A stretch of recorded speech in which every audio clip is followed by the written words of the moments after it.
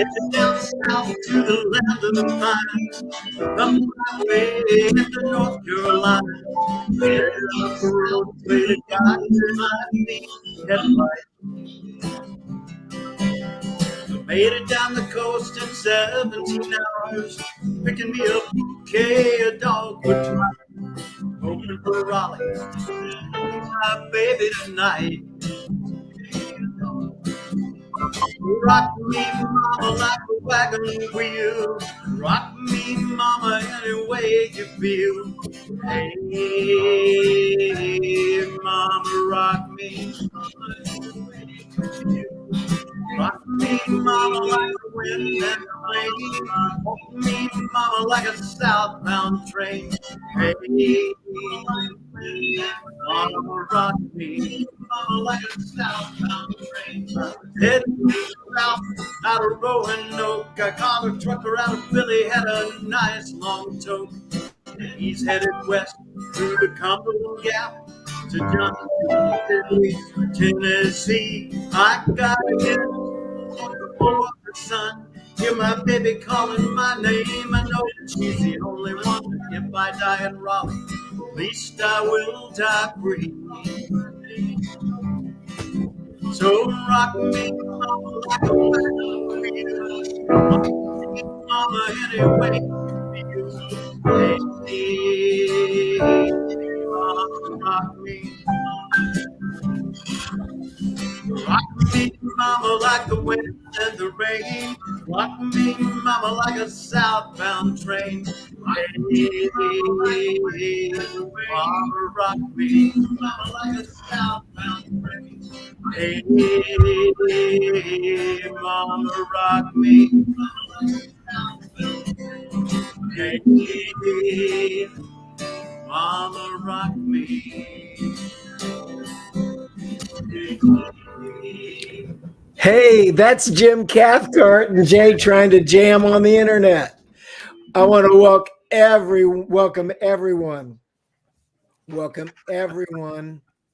to the Buyers and Sellers Show.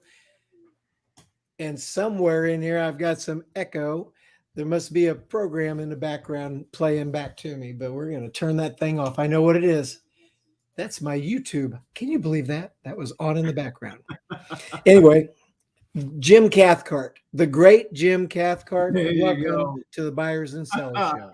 Thank you, Jay. Wonderful to be with you. And what a fun way to start a show. It is, and we'll do it again sometime. And we've got some comments. People are already there. They're saying, "Hey, Jay and Jim, so thrilled to hear about today's topic." That's Tanner Kirby's, and he is from Turkey. And so, Tanner, glad you're here. Glad to see you. And then let's see who else is here right now. We've got Vision Board Music. Oh, there you go. Glad you're here. That would be Trey. And good to see you here. Hi. And she's there. And then Joe Sabatino. Hey, Joe. Good morning. We were here jamming, weren't we, Joe? It's good to see you, Joe. Joe's my movie star friend in Hollywood. He's like, I guess Joe's kind of a big deal. So it's like everybody look up Joe Sabatino and watch his stuff. Yep. So anyway, I'm adjusting my sound. Thank you, everybody, for being here. Like you know, this is the Buyers and Sellers Show, and we have Jim Cathcart here. Jim, thank you for coming. This is so cool. For me, you're welcome. I was just thinking, you were playing the guitar, and my life in sales and so forth, and yours, I feel like you're like a brother. I remember the times I would interview sales guys, and it's like, okay, you know this, you know that, what instrument you play? That's funny. I mean, it's like you and I have played all over the world, everything from, hotel lobbies to convention centers and concert halls. And I got to throw in a quick comment. Oh, please do. One time I was in Shanghai, China, in the Pudong airport, and we were waiting, train station, excuse me. And we were waiting for our train, obviously to take a trip. And I had my guitar with me. And I'm in the midst of thousands of people. So I thought, why not? And I just got the guitar out and started performing in the middle of the crowd in a train station airport combined in China. And people circled around and looked at me like, look at the monkey or whatever, that kind of an oddity. And I sang, I don't know, half a dozen songs. And my agent came over and tried to put a tip in my guitar case. I said, no. That's great. I love it. That being able to do something like that and jump on the piano or jump on the guitar and entertain in a group, boy, it sure does break the ice, doesn't it? Oh, doesn't it? Man. So for those of you that are thinking about picking up an instrument, or you got kids, they're saying, well, what am I going to do with it? I'll tell you what, it's helped a lot in business over the years for both of us, I'm sure. Yes, I know. It's awesome. Jim Cathcart, I'm going to open with this so everybody knows. If you want to get to know Jim better and get in touch with him, this is the place to go, jimcathcart.com. Yep. And that's my digital business card. So just scroll down and you see virtually everything you'd want to know about me, and then a little more. Yes, it would be great. It's a great website. And then the topic was become a magnet for what you want today. And one of the things that we'll be doing is checking out the comments as people come in and let's see who's here. It's like, it's really good. Let's see. Good. Yes. Good to see you, Entree. Glad you like it. And then Jim Duffy, our brave Jim Duffy. Thank you so much for coming here. I'm glad you made it. This is so special for me. I tell people in Turkey, we've got one Miroslav, my friend and agent over in Poland, and boy, just an assortment of folks from around the world. I love that. We have a group, and this thing just we're a magnet for what we want. We get lucky. Yeah. So when we're Jim, I thought I told you to shut the door in the green room. There's somebody back there. Hold on. Let me see. I hear some noise. Oh my gosh. Hey, Ant-Man. Hello. Hey, how are you, Tony? I'm doing well. Good. I love your t-shirt. Legalize marinara. That's it. Italian sauce. I love it. Look at that. That's two best friends. That would be Dr. Tony Alessandra and Jim Cathcart. Tony, oh my gosh, you broke into the green room. So glad to see you. Hey, you guys are best friends, been around for years. Take a minute to just say hi and talk about what you've done together. No, man. 1979, we met at a Century 21 real estate convention in San Diego, and he was a college professor and I was a speaker, and we just clicked, just, hit it off instantly and talked. And then I got back home. At that time, I lived in Oklahoma, and Tony and I decided we'd form a business, and we flipped a coin. And before we flipped the coin, we named it Jim Tone, Gemtone, like a music company, Jim Tone Productions, which was clever but corny. And so we changed it later, and I won the coin toss, so it ended up being Cathcart, Alessandra and Associates. And then after about 5 years of some great successes on both our parts, we went back to being separate businesses, but still collaborated occasionally. So now he's Alessandra and Associates, and I'm Cathcart Institute. Tony, what do you think about Jim Cathcart? He tries salt of the earth. Salt of the earth. Jim is the most honest person that I know. In my opinion, he is sort of such a true professional speaker. This year he is keynoting Toastmasters, and one of the reasons, not only because of his great speaking skills, but the way he delivers a talk is so smooth and so correct, as opposed to the way I deliver a talk, which is more New York Italian.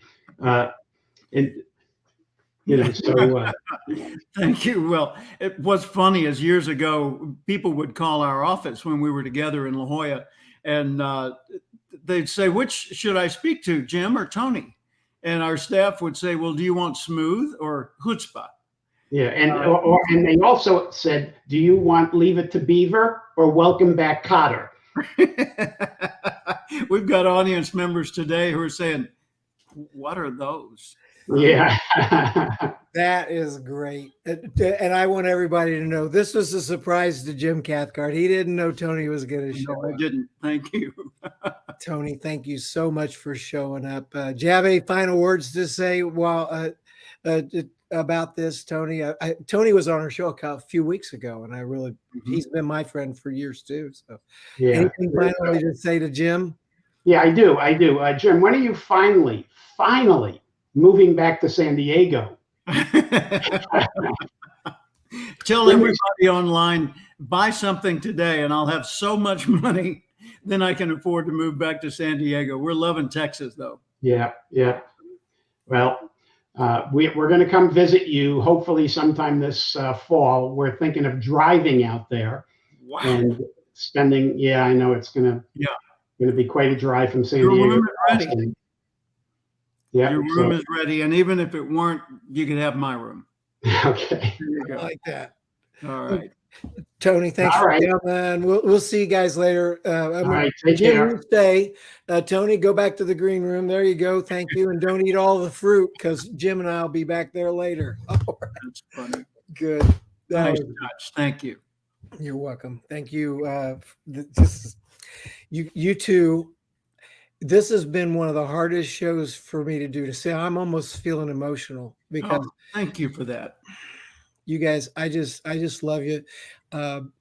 You and I went back farther than we realized as we got to talking about some old things that we were actually doing together, and Tony had introduced me to. And back in 1980 is when I got to know Tony. So, and then I was knowing you back then and didn't even realize it because I was dealing with Tony, literally. Call him up on the phone and he'd say, well, I'm in the studio recording some stuff or whatever. It was great. Okay. Well, everyone, take a deep breath. There we are. I want to get us out of the rear view mirror for a minute. Let's talk. Oh, there, Goodwin Graphics. There we go. Good to see you, Mr. Goodwin. Glad you came. Said trifecta. That's right. And he says, Magnet morning, gentlemen. There you go. Thank you very much, Mr. Goodwin. It's a good day for you, I know. Okay. So what we're talking about, it's kind of funny here on this show because we talk to people and we have some fun. I try to get her done, but you kind of do like this and then we loop back around. Let's what were we talking about and make sure we get to it. And so we were talking about being a magnet. And then the first thing that you said to me earlier was we've got to choose our level of aspiration. Well, when the whole concept of be a magnet contrasts with being an arrow. If you're thinking about your goals, there's two ways to approach it: proactively and then reactively, or attractively, I guess would be a better way to say it. Proactively, you're an arrow. You're shooting for the target. You're figuring out the plan. You're mapping out the steps. You're acquiring the resources, and you're working every day to get to that goal. Well, that's one way to do it, and that's what everybody ought to do. And not but, and they should also become a magnet, drawing what they want toward them. How does that work? Well, when you acquire the traits or qualities of the person you want to be, the kind of person that would be at the destination you're seeking, then what you're seeking starts automatically coming toward you. Years ago, I was giving a speech in in Chicago, and a young man, 19-year-old Tim Seward, was in my audience. And at the end of my seminar, he said, Mr. Cathcart, do you have a quote? I said, what do you mean? He said, a slogan, a motto, a thing I can use to motivate myself every day. I said, no, I've got a question. Okay, what's the question? I said, the question is, ask yourself every day, how would the person I'd like to be do the things I'm about to do? In other words, don't think of yourself today in approaching your goal. Think of the future you, the tomorrow version of you, more advanced, more evolved, more intelligent, more aware, more skilled. How would that guy handle today's work? So it upgrades every single thing you do. Well, Tim went on to win that year international sales leader for his worldwide company and got a Chevrolet Corvette as the prize. I mean, it was huge. He continued to apply that over the years, built his business, sold his business, built another one. Finally, I saw him years later in Fort Myers, Florida. He met me at the airport and drove me to his home, and in I think it was Marco Island, and we had dinner by his indoor swimming pool. 19-year-old kid that was detailing cars when I met him the first time. And I said, Tim, what have you done? He said, well, I just sold my third business for $7 million. He said, I'm 39 now, so I'm retired. What? I said, well, what is retired? He said, well, I'm flying around the world, seeing places I want to see, and I'm going to school to get my MBA. I said, do you have a quote? So what's your quote? He laughed, and he said, yeah, ask yourself every day, how would the person I'd like to be do the things I'm about to do? So that's becoming a magnet. That is. And then in the course of this, here's the nuts and bolts of it. Now I'm going to start putting one foot in front of another. We're going to kind of go through those things, Okay. but I can become that. Yep. And this is the first thing, isn't it? It is. See, you've got to determine how high up this mountain you want to go, because the level of aspiration you have determines the degree of difficulty and the sophistication needed in your work in getting there. So you could choose to just be competent, just be good enough to have a seat at the big kids table, but not to talk much because you're just competent. Or you could go for becoming excellent, so that not only are you sitting at the table, but you understand what's going on, and occasionally people ask you a question. Or you could go for achieving mastery in your craft. And achieving mastery puts you at the point where others come to you for answers. Or you could go beyond that to leading authority. At that level, then when people open a book, they usually see you quoted somewhere in it. And then beyond that, celebrity, star, or superstar. I've got a friend who promotes programs at theaters and does a tour of performances around the country for his artists. And I said, how do you choose your artists? He said, well, Jim, he said, first up, whether they're really good at what they do is sort of the ante. That's not what opens my door. He said, I assume that is so. They've got to be excellent at what they do. But in order to get on my list of people that I would manage and put them on this circuit of all these shows around the country, they've got to desperately want their name on the marquee out front.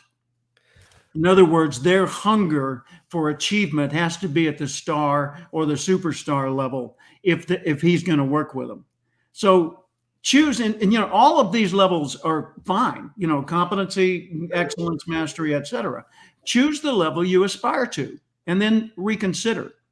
Chances are good you're underestimating yourself. You say, well, I'm not that capable. Well, you're not paying attention. Yes, you are. But still, you get to pick the level to which you are aspiring. I aspired to leading authority in my field, and that was because my hero, Earl Nightingale, was at that level, and I wanted to achieve that level. So over time, I've been able to occasionally get that degree of outcome. Okay, so now we've chosen, we thought about it, and you really have said something there that rings to me is, oh, is it okay for me to want to be a superstar or something? It's like, yes, we can say that. But you got to know that that's going to consume your whole life. Yes. That if you want to be a superstar, if you want to be the big name, the pick your celebrity, Brad Pitt in acting, or whoever you want in music or something. If you want to go for superstar level, it's going to take everything you've got. Yeah. And the price you're going to pay. Yeah, it may or may not be worth it. Right. But star, now that you can still have a life. Celebrity, certainly, there's much more freedom of movement in those categories. But superstar, it's going to take everything you are. I have a friend who said, I want to be the number one in my field in the entire world. There you go. And I said, well, if you're willing to commit everything you are and everything you have and everything you do to that goal, you'll probably reach it. But I want you to check occasionally and see if the journey is worth the effort or the sacrifice, right? Magnetism. Now, I remember physics and science, how all that worked, magnetism. And right here, you could make a magnet actually by taking a piece of steel and doing things to it and rubbing it with getting electricity on it, and or taking another magnet and rubbing it along. Let's talk about developing that magnetism that you're talking about that's going to get us where we need to go. Well, first off, let's say you're going out to interview some people that you admire and you want them to offer you a top sales position in their organization, right? First thing you want to ask is, what kind of person would they be looking for? Not how do I sell me? So don't think about from your perspective, think about it from their perspective. What kind of person would they be looking for? Well, they'd be looking for somebody that really understands their company, cares about it, and loves this field of endeavor. So that's something you need to be cultivating in yourself. My son years ago said, Dad, I've got a chance. This was just out of college. I've got a chance to interview as a clerk, a sales assistant at the Four Seasons Hotel in Santa Barbara, California, where he lived at the time. And I said, take it. He said, what? Wait, I haven't told you how much it pays. Or I said, take it. He said, what? Why? I don't even know what the job is. I said, well, you know where the job is.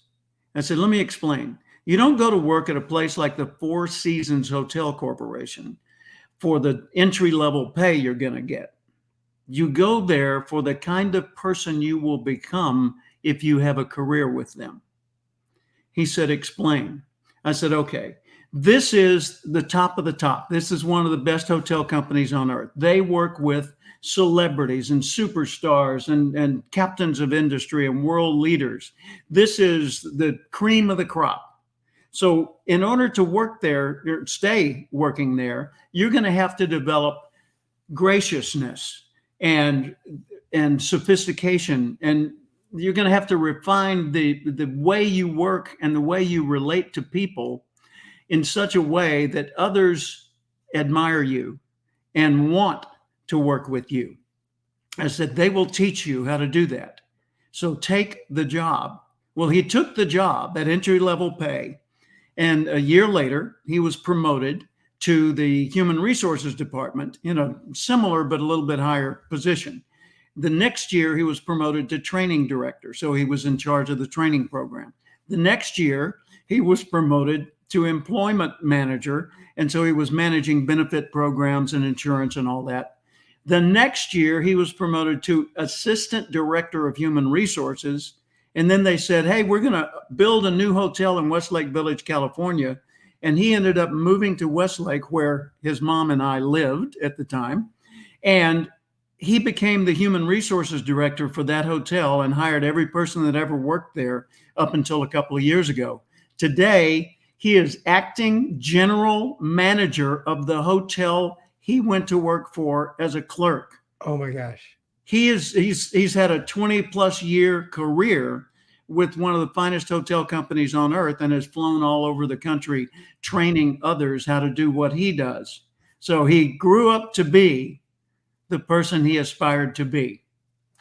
So that answered, he can answer that question that he asked you, Dad, why would I go there? That's pretty good. Yeah. Now, when we get into that room and we're that first person and we're finally around all those people, the qualities, we want the qualities that will cause our goals to seek us out. Yep. And one of the things is how we behave when we're in that group. Yeah. Well, for one thing, when you are the newbie, don't show up trying to impress people, because it's not going to work. It's like the old joke, want to make God laugh? Tell him your plans, right? So you don't yet know how to think at that level like they do. So it's not the time for you to say, hey, let me tell you what I do. Let me show off. Let me showcase. No. When you first get around your hero level people, just be the most curious person in the room. Ask a lot of questions and shut up and listen. Pay attention. Notice even what they ignore. Notice what they pay attention to. Notice who they admire and who they don't. Notice what they do and how they do it. Just notice everything you can, because the essence of intelligence is making distinctions, noticing little details and seeing patterns and seeing principles behind the patterns. Mm-hmm. So become more intelligent about them and about what's going on there. So first ask questions, and that tells you the lay of the land. And then become the most helpful, thoughtful, and generous person in the room.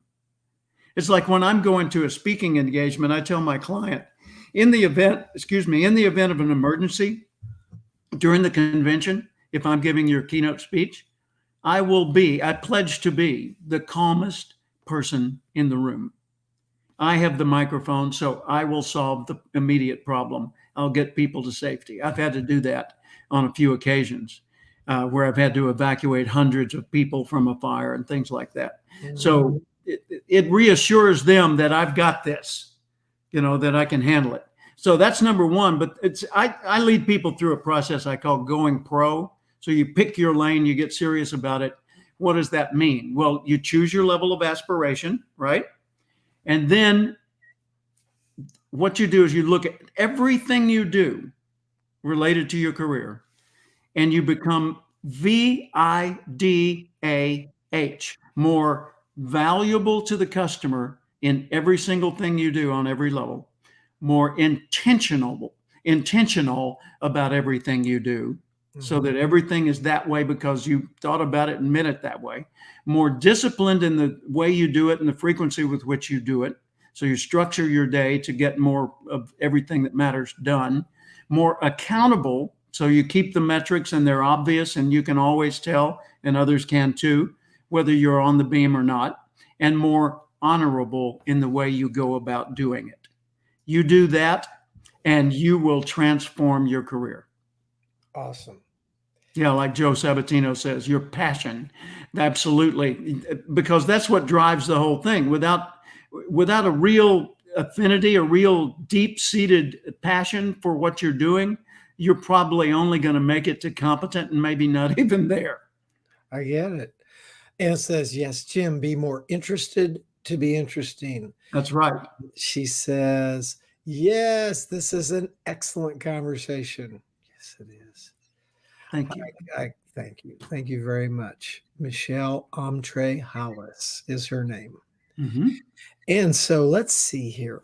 As we're talking about this, we're working to develop the qualities. We're be brief, ask questions.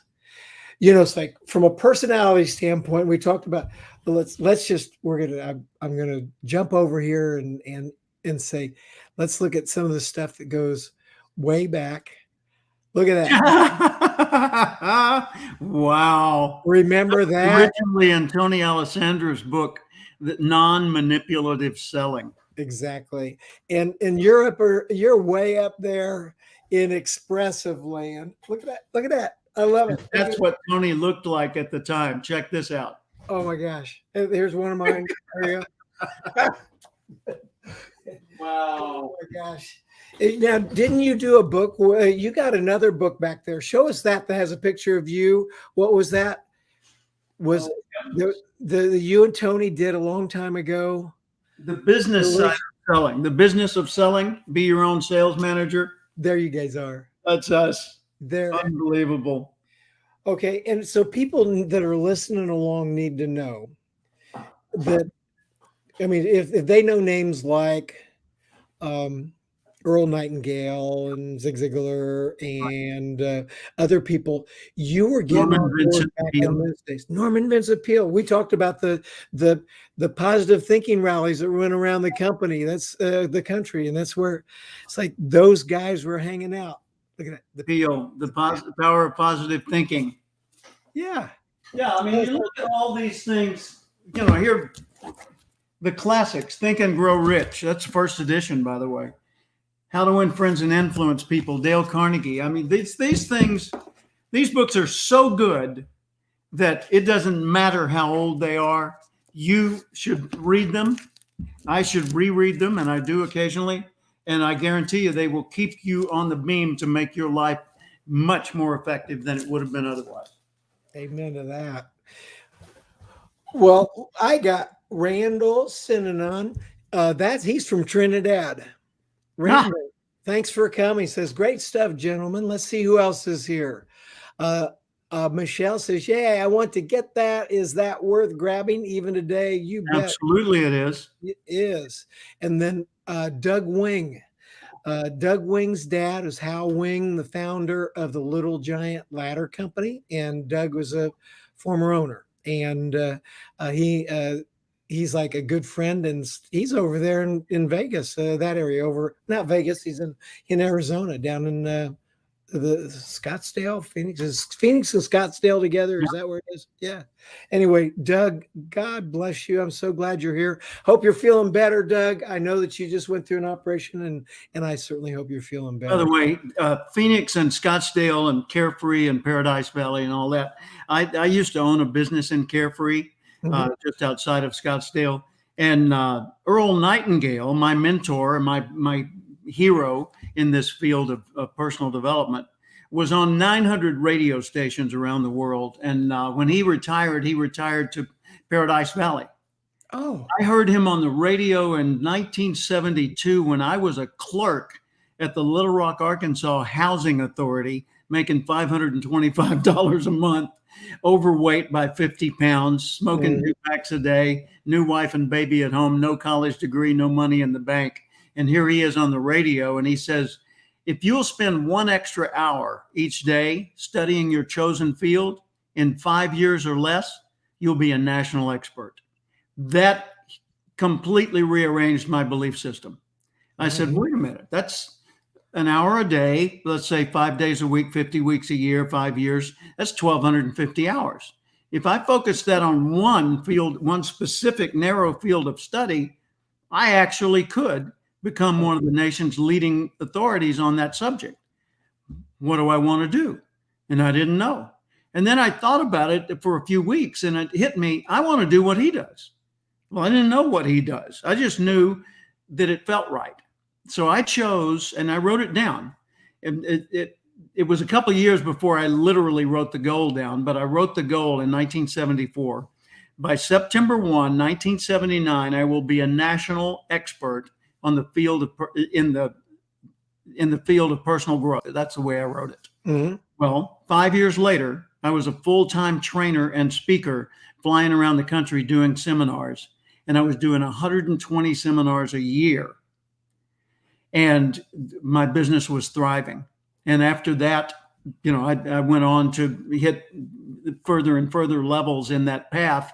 And when Tony Alessandra and I were partners in 1984, 10 years later, I was in La Jolla, California, in our office down near the beach, and the phone rang, and it was Earl Nightingale calling me. Earl Nightingale calling you. Took my breath and my whole life away for the moment. Whoa. And he said, Mr. Cathcart, I read an article of yours that would make a good audio album. And I said, well, sir, that article is an audio album. He said, send it to me. We publish those. I said, believe me, sir, I know. I said, I used to sell your programs back in Arkansas when I was starting my business. And he said, well, send me your audio album. So I sent him an audio album titled Relationship Strategies that Tony Alessandra and I had recorded. And he said, we will take it. And we re-recorded it to their standards, and they published it And in 1984 and 85, Nightingale Conant Corporation sold $3.5 million worth of our audio program. Wow. Now, 1972, I heard him on the radio, and I was a likable loser. I was a government clerk in Little Rock with nothing going on. 1974, I was selling his recordings door to door to business. 1984, he was selling mine. Oh, yeah. Around the world. So when I say these things are possible, I have lived it. I know. Yes. When Earl passed away in 1989, I was the president of the National Speakers Association, which is about 3,000 or 4,000 professional speakers and authors and entertainers. And I was the national president, and I had invited him to join me on stage for an interview at our convention with about 2,000 speakers in the audience. He tentatively accepted. And then his wife called me and she said, Jim, Earl passed away. She said, we've scattered his ashes here at home in a private ceremony, but I would like to hold a memorial service at your speakers convention because you're his people. And I said, we would be honored. She said, I'd like you to speak. I said, no, I'm not at that level. This is Earl Nightingale, for God's sake. It needs to be world leaders and big deal people. She said, you don't get it. You are the product of what he was teaching. You're absolutely the appropriate person to speak at this conference. So in 1989 at the National Speakers Convention, the speakers at his memorial service were his widow and me. Unbelievable. Think of the gap between the clerk at the housing authority making $500 with nothing going for him except desire, maybe, to being at that level. I love it. Who knows what's possible for you? Exactly. Georgie, this is from New York. He's an investor and a really smart guy. Glad you're here. Good morning, Jay and Jim. Doug's got a comment here. Tom Hopkins, Mark Victor Hansen, and Harvey McKay are all friends of mine. This desk I'm sitting at right this moment belonged to my next door neighbor, Tom Hopkins, in California. And he was moving back to Arizona. And he said, you want to buy this desk? I said, sure. So I went over with a little dolly and rolled it down the street 2 houses and put it in my office. Still have it today. Mark Victor Hansen, he and I were on the program together ages ago, 1979 in Tulsa, Oklahoma. And Zig Ziglar, who had been on the big Positive Thinking Rally stage that day, came out to talk to us at the hotel lobby where Zig was staying. And Mark and I were sitting there with our friend Keith DeGreen, and Zig said, how can I help you boys? And Zig was the new rock star of the day. And I said, well, Mr. Ziglar, we want to know how to become heir apparent to the throne of Ziglar. And he laughed and he said, well, tell me what you're doing. And we each told him. And he said, don't stop. He said, seriously, you're on the right track. You're doing the right things. Just don't stop doing it. And we didn't. And Mark became co-author of Chicken Soup for the Soul, a multimillionaire worldwide following. I became president of the National Speakers Association. I've written 24 books and done all these wonderful things. Keith went on to build a career in financial counseling and even ran for the U.S. Senate one time. So, wow, from that lobby conversation with Zig in 1979. Wow. Let's see. So glad you were turned into Earl Nightingale's show that day, right? Oh, yeah. Absolutely. And I wasn't the one tuned in. Hi there, Lisa. I was sitting in my little office at my gunmetal gray government desk, and the radio was in the next room. Somebody else had the radio on, and Our Changing World by Earl Nightingale came on for a 5-minute broadcast. Wow. Wow. And now I'm going to say, you said, hey to Lisa, winning ways. I know her very, very well. She has been a colleague, a friend, and even a coworker. And she's going to be with me in Nashville on August 17th at the Toastmasters International World Convention. And I'm doing the opening keynote speech for about 1,200 people in person and about 15,000 online. And Lisa is based in Memphis, works with St. Jude's organization. She's a Ziegler certified trainer and does training programs around the country.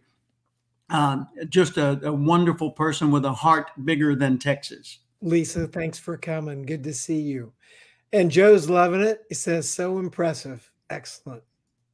And I also put that link into the comments as well, so people can catch it. Cool. Thank you. Now let's get back. Oh, this is just amazing how many people are online to talk to you, and they just love you. And she says, Jim is a great friend and mentor, the best. And I'm sure that's a blessing. Damn, imagine we had all those little radio TV breaks on regular TV. Like, oh, thank you, Michelle. So here we go. I want to back up to where we were, make sure everybody understands, because we're taking you through the steps. And remember, yes, this is something for me.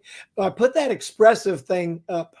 We took a little detour, had the pictures of the people, and that we took a detour. But one of the reasons I put that up is because you are a highly assertive and expressive individual. True. High on the response ratio, high on the assertiveness. Yep. And that puts you in that category. Well, that makes it real hard for you to go into a group of people like that and keep your mouth shut. Well, true. How do you do that? Me personally, It's kind of like, how do you learn not to touch a flame? Well, touch a flame. Yeah. That'll teach you, once burned, twice shy. But the thing is, when you are looking at your own career, first off, ask yourself, what are they looking for? What's my customer looking for? What kind of salesperson would become the most successful in my field? It's not what most people expect. It's not the one who's the smoothest talker, the one who's the most persuasive, the most outgoing. It's the one who seems most dedicated to bringing to that customer what the customer wants and or needs, and that they care about the customer, respect the customer enough to honor, their wishes and preferences and so forth, and the one who's the best listener. See, people don't buy because you made them understand your offer. They buy because they feel understood and cared about. And that's a big deal. So relationship selling is putting the relationship forward as an asset. I coined that term back in the time I was working with Tony, and I championed it and wrote the original book on it and many others. But you consider each relationship, each connection with another person, as either an asset or a potential liability. So if you form a relationship with a criminal, that's probably going to be a liability. If you form a relationship with a marvelous person, a loving, caring person that's making a difference in the world, that would be an asset, but only if your connection with them was strong. So a relationship, this is my definition of a relationship, a direct connection between people in which value is exchanged. Relationships aren't one way. Value being given is not a relationship. That's a donation. Value being exchanged, like you give service, they give money. You give product, they give money. You give attention, they give response. That's an exchange. So look at every relationship you have. Look at the circle of people around you. Write all their names down. And then identify your golden 100. Now, you may have a golden 5 at first, but identify the people that you want to be connected with ongoing over time, like over 10, 20, 30 years. And come up with what I call my golden 100. My list is pretty messy. It's a lot of people. No, come up with your list of golden 5, 10, 20, or 100, whatever it happens to be, and work that list for years, like 5 years at least, and just say, okay, this is Jay Skinner. How do I make Jay happy and glad that he knows me? Because it's not who you know that counts. It's not who knows you that counts. It's not who they know that counts. It is who's glad they know you. Well, the people who are glad they know you are the ones you've given value to in some way. Now, value could be attention, support, encouragement. It could be money. It could be any number of things. But only the recipient of the value determines whether it's valuable. If I get $1 million and you didn't care about money, you wouldn't feel you had received value. Jim, you're hitting me very close to home, because sometimes I feel like, well, I'm great. I did super, whatever. Why'd they fire me? Why did this go sideways? Yeah. I thought I was doing great. What's up with that? You've got to put the other person's interests, concerns, and needs ahead of your preferences. I love Zig's quote. You can get everything you want in life if you help enough other people get what they want. If that were all you got from this broadcast today, you would be well served. Because that little concept, which was sort of the central concept of what Zig Ziglar was all about, is like my central concept of become the person who would achieve the goals you seek, and the goals will start seeking you as well. Those concepts are the kind of things that you can transform your life with. Amen. See, we got some. Randall says, Jim, that was an amazing story. Thank you. And this is timely. And then let's see, Jeff Tannenbaum. Jeff Tannenbaum. I worked with Jeff out in California. Jeff is one of the most compelling auctioneers you will ever meet in your life. And he's a great guy. A great guy. Been enjoying every word that comes out of your mouth, Jim, for almost 20 years now. Thank you for a great morning of inspiration. Absolutely, Jeff. And then Randall says, nuggets of wisdom from Jim. They sure are. Okay, we're coming into the home stretch here. As we look at this, we talked about the receiver needs to see the value. And for those of us that just think we're great, but it's not always working out, you've got to do this. Absolutely. Get into their point of view, look through their lens. I had a guy at a furniture store one time. I was there with my wife looking at furniture, and he said, so what do you do? And I said, I'm a professional speaker and author. He said, well, what did you write? I said, well, I've written 23 books, but the one that I'm probably best known for is relationship selling. He said, I'm a great salesman. I said, really? Great? He said, absolutely. Not a good salesman. I'm a great salesman. I said, so you make a lot of sales every day. He said, I'm a great salesman. I said, okay, what makes you great? He said, well, I know how to do it. And it was all about him. And I said, so you and yourself as customer, you're a great salesman and a great buyer. I said, but when other people come into the mix, I'm betting you find it much more difficult to make a sale. I said, you might want to rethink your position, but I'm not here to train you today. I'm here to look at furniture. And I didn't buy anything that night. Oh my gosh. And so here's Keith House says, Jim, wow. Keith House, one of my best clients and colleagues for whole career, just he's always been there. He's bought more of my products to use in his own training and with his own company than it's reasonable for a man to do. But keep it up, my friend. Thanks for being here. So the big I want to double check the questions. What happens down here towards the end? Here we go. Keith had a comment. Who is glad they know you should be your next book. Thank you. Well, that's the essence of what I call relationship intelligence. I own the trademark to that phrase. And relationship intelligence is being more intelligent about human connections. Mm-hmm. And considering that it's a direct connection in which value is exchanged, what is value? Well, I couldn't know. I have to ask them. So find out what the other person values and then look for ways to help them get it, which employs Zig Ziglar's concept. So look for ways to bring to other people what they care about. And if they look at you as good news, every time you show up, they say, wow, Jay is here. Let's celebrate. Then you have become a magnet for what you want. So then just ask yourself every day, how would the person I'd like to be in my life, in my career, do the things I'm about to do? Let that sink in. That right there is so strong. It's almost like, everyone, we need a moment of silence. I'm not kidding. It's like, how would the person I'd like to be do what I'm about to do? Mm-hmm.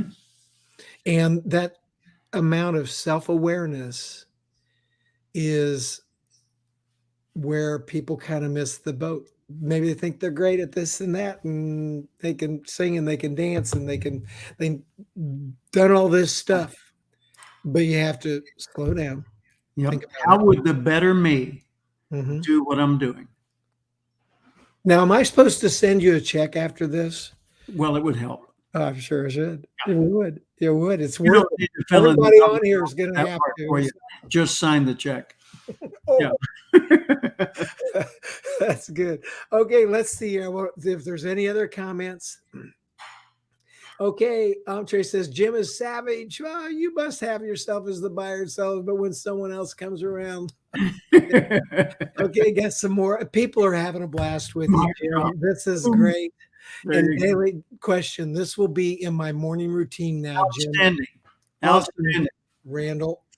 I'm going to put that up again. I had this turned into a mouse pad. Remember mouse pads?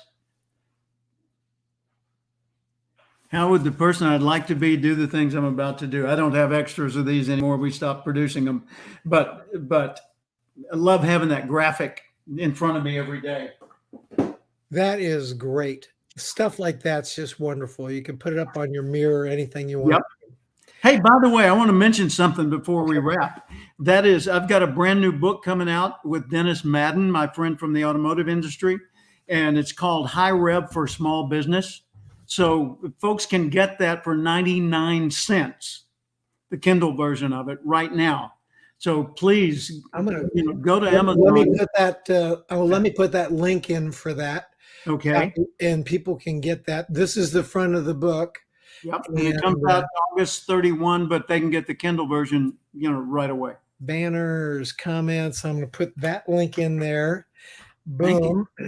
And while we're there, let's say bang, bang, bang. The link's going to go up and people can see it too. Take a screenshot if you're not seeing it, but this is the link to that book, everyone. There's so much about Jim that we haven't even begun to cover. And I just want you to be sure you go to JimCathcart.com. And Joe Sabatino says, this is way too short a session. Brilliant words. You're right, Joe. And you can blame me for it. I said, we're not going to spend a lot of time in the rearview mirror. We're going to get through to a message here that everyone can take away and actually enjoy. And say, Austin, there you go. Excellent. Goddard, I'm in Austin. I'd like to meet Jim. I'll be getting the book now. There you go, Neville. Send me an email, Neville. It's jim@cathcart.com. Jim@cathcart.com. That'd be awesome. Kind of easy to remember. Good. Good. Hang on a second. Okay. There's a song that I want to play just because it's us doing this, you and me. Just two good old boys, never meaning no harm. Beats anything you ever saw. Been in trouble with the law since the day they was born. Straightening the curves, flattening the hills. Someday the mountain might get them, the law never will. Keep going, Jim. Play us out. Making their way the only way they know how. Always doing just a little bit more than the law will allow. Just two good old boys doing the best that they could, fighting the system like two modern day Robin Hoods. Two Dukes of Hazzard. Thank you. We'll see you next time. And everyone, God bless you. Thanks for being here at the Buyers and Sellers Show. See you, Jim. Thank you, Jay. I'll meet you back in the green room. You got it.